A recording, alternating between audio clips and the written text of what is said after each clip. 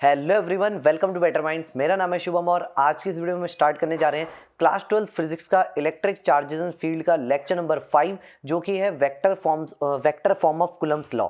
अब देखो, इससे पहली वाली वीडियो में हमने कूलम्स लॉ को पढ़ा था, लेकिन अगर तुमने देखा होगा, कूलम्स लॉ बेसिकली क्या बताता है, दो चार्ज के बीच में कितना फोर्स है, चाहे वो अट्रैक्टिव है चाहे वो रिपल्सिव है, तो कितना फोर्स है उसके बारे में बताता है। लेकिन पिछली वाली वीडियो में अगर देखा होगा तो वो दो चार्जेस के बीच के फोर्स का मैग्नीट्यूड बता रहा था, यानी कि उसकी वैल्यू कितनी है ये बता रहा था, लेकिन विद डायरेक्शन हमने यहाँ पे नहीं निकाला था।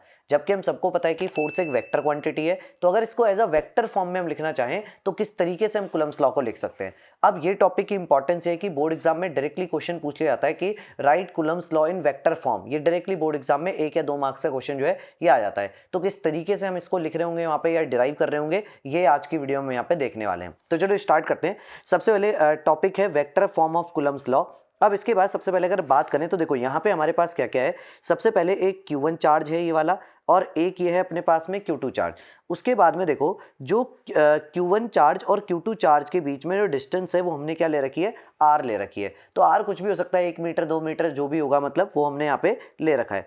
अब एक चीज है कि Q1 चार्ज के ऊपर जो फोर्स लग रहा होगा, क्योंकि Q1 Q2 दोनों पॉजिटिव चार्ज है, तो Q1 वाले के ऊपर जो भी यहाँ पे फोर्स लग रहा होगा वो किधर को होगा, अपना इधर को, यानी कि और उसको बोलेंगे F12। ये पिछली वीडियो में मैंने बताया था कि force on charge 1 due to charge 2। Same to same चीज है, Q2 चार्ज के ऊपर Q1 की वजह से कुछ फोर्स लग रहा होगा, तो Q2 के ऊपर जो फोर्स लगेगा उसको हम यहाँ पे क्या बोलेंगे, F21, यानी कि force on charge 2 due to charge 1। Again ये भी लास्ट वीडियो में बताया था। अब एक चीज यहाँ पे जो ध्यान में रखने वाली है वो यहाँ पे ये चीज है कि देखो Q1 जो यहाँ पे चार्ज है, देखो ऐसा समझो, 3 एक्सेस को ले लो, जैसे x एक्सेस है, y एक्सेस है और z एक्सेस है। तीनों एक्सेस में तुमने कहीं ना कहीं पे तो Q1 Q2 चार्ज को रखा होगा, तो Q1 चार्ज की अपनी एक अलग लोकेशन होगी, Q2 चार्ज की अपनी लोकेशन होगी। तो Q1 चार्ज की उस x y z तीनों एक्सेस के कंपैरिजन में Q1 चार्ज की जो लोकेशन होगी, जो कोऑर्डिनेट्स होंगे, उनको कहेंगे Q1 की ये पोजीशन है, यानी कि, और इसको डिनोट करते हैं R1 से, R1 वेक्टर, यानी कि R1 जो अपने पास में वेक्टर है वो क्या है, पोजीशन वेक्टर ऑफ Q1। मतलब ये वेक्टर Q1 की पोजीशन के बारे में बताएगा कि Q1 कहाँ पे रखा हुआ है। सेम टू सेम Q2 जो चार्ज है उसका पोजीशन वेक्टर अपने पास में हो गया R2 वेक्टर, यानी कि इसका जो पोजीशन वेक्टर है वो कितना हो गया, R2 वेक्टर। मतलब Q2 किस पोजीशन पे रखा है x y और z एक्सिस के कंपैरिजन में, ये R2 जो वेक्टर है ये बताएगा यहाँ पे। इसीलिए इन दोनों के बीच के डिस्टेंस को क्या लिया गया है, R लिया गया है। ठीक है। अब आता है एक और चीज कि देखो, अगर मैं बात करूं यहाँ पे कि R तो उन दोनों के बीच का मैग्नीट्यूड है कि Q1 और Q2, पर उसे अगर मुझे वेक्टर फॉर्म में लिखना है तो कैसे लिखते हैं। देखो Q1 की पोजीशन भाई यहाँ पे अपने पास में, Q1 की जो पोजीशन है वो कितनी है, R1 है। Q2 की पोजीशन क्या है, R2 है।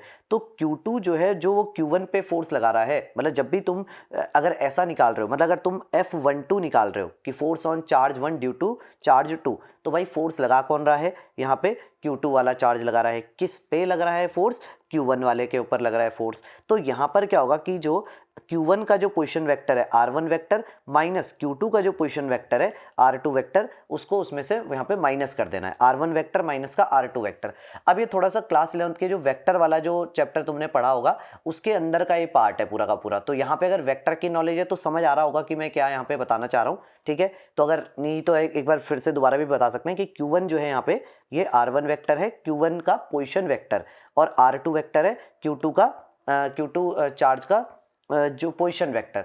अब उसके बाद में R1 vector minus R2 vector जो है वो क्या है, Q1 और Q2 के बीच का डिस्प्लेसमेंट वेक्टर। लेकिन इस वाले वेक्टर को कब यूज करेंगे, जब तुम F12 निकाल रहे हो। अगर तुम F21 निकाल रहे हो, ये वाला निकाल रहे हो, उस टाइम पे R2 माइनस R1 जो वेक्टर है, उस टाइम पे तुम इसको यूज करोगे।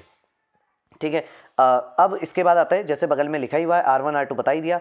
एक और चीज, जैसे यहाँ पे लिखा है R12 जब भी कहीं पे लिखा होगा उसका मतलब होगा वेक्टर रीचिंग टू 1 फ्रॉम 2, यानी कि वेक्टर जो कि 1 पे पहुंच रहा है, लेकिन कहां से पहुंच रहा है, 2 वाले से पहुंच रहा है, तो इसको हम बोलेंगे R12।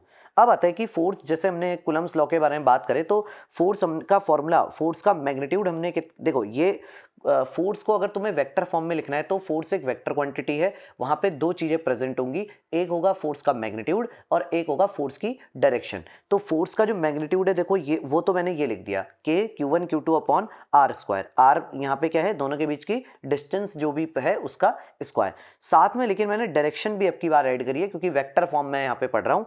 तो यहाँ पे R12 का कैप, R12 कैप जो है वो यूनिट वेक्टर होता है। यूनिट वेक्टर एक ऐसा वेक्टर होता है जो कि मैग्नीट्यूड नहीं बताता लेकिन सिर्फ और सिर्फ डायरेक्शन के बारे में बताता है। अगर तुम फिर भी उससे मैग्नीट्यूड पूछोगे तो यूनिट वेक्टर का मतलब है ऐसा वेक्टर जिसका मैग्नीट्यूड यूनिटी हो, यूनिटी मतलब 1 हो जिसका मैग्नीट्यूड।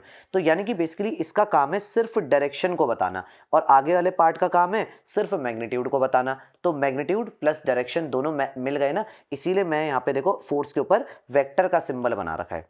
ठीक है, अब आते हैं नेक्स्ट शीट पे कि जैसे अगर हम बात करें यहाँ पे कि अब Q1 Q2 यहाँ पे इस वाले को तो वैल्यू को तो हम यहाँ पे एज इट इज इसको लिख लेंगे, बस मैंने R में चेंज किया। जब मैं निकाल रहा हूँ force on charge 1 due to charge 2 तो उस टाइम पे वेक्टर यूज करूंगा ये वाला R1 वेक्टर माइनस का R2 वेक्टर।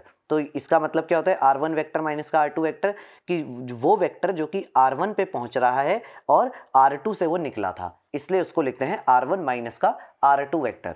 अब आता है उसके बाद में नेक्स्ट, अगर हम यहाँ पे बात करें आगे, जब भी किसी यूनिट वेक्टर को निकालते हैं तो यूनिट वेक्टर क्या होता है, उस वेक्टर को रख दो और उस वेक्टर को डिवाइड कर दो उस वेक्टर के ही मैग्नीट्यूड से। तो मैंने ऊपर देखो R12 की जगह R1 vector minus R2 vector लिखा ही हुआ है, नीचे R1 vector minus R2 vector का मैग्नीट्यूड से उसको डिवाइड भी किया है। तो ये होता है यूनिट वेक्टर का फॉर्मूला। अगेन ये क्लास 11 का पार्ट था। अब तो अगेन अब अगले उसमें आते हैं, तो यहाँ पे तुम्हें दिख रहा होगा देखो नीचे R1 vector minus R2 vector के मैग्नीट्यूड का स्क्वायर है और यहाँ पे पावर एक और है 1 है, मतलब तो स्क्वायर और 1 पावर कितनी होगी टोटल 3 पावर हो गई यहाँ पे।